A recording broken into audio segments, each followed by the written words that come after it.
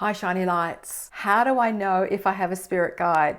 I just love this question. It gets asked a little bit regularly, so I am here to talk about spirit guides, the good, the bad, and the ugly. Now, the first thing to know is, yes, we all have a spirit guide. We all have a spirit guide, and it doesn't matter if you know they're there or not. In fact, you probably have more than one spirit guide, and they all have separate little jobs to do, a little bit like contract workers.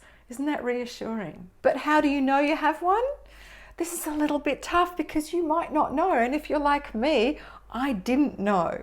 And I still don't know who my guides are. Even though I've been told by some absolutely amazing people, I'm still a little bit of a skeptic and I'm kind of looking for proof. Chances are you probably are looking for proof too. Those Meet Your Spirit Guide meditations, they can be fun, but a lot of the time they're not long lasting, they're not sustainable. You know the meditations I mean, the ones that you go on a lovely little journey to meet your guide and you have a very mental experience, but then that experience fades and a lot of the times you just forget about it, right? I must have done about 10 myself. Do I remember any of them? No.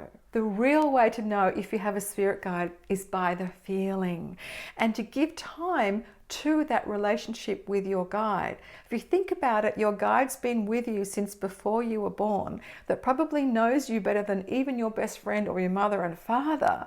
But how much time do you spend developing that relationship? Do you have coffee dates with them? I know this sounds a bit weird, but actually it works. Have a coffee date with your guide.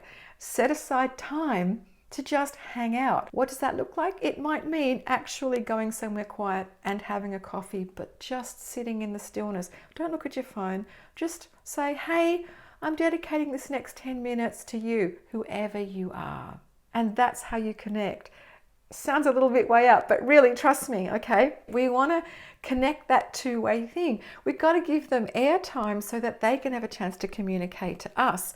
And how they normally communicate is through signs, symbols, coincidences, and random kind of, messages. If you're waiting for them to appear in a puff of pink smoke, you might be waiting a little while. Usually it's a lot more subtle than that. And that's why we have this question like, do I or don't I? But please know, you have a spirit guide. They've been with you before you were born. You may or may not know who they are, but that does not stop them from working with you. And when I say them, there is a few more than what you think.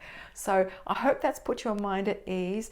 You do have a spirit guide, and there's tons of other blogs and info I've got on spirit guides on my blog and right here on the YouTube channel. I invite you to subscribe, press the bell for notifications every time I make a new video, and thank you for letting me be your psychic mentor today.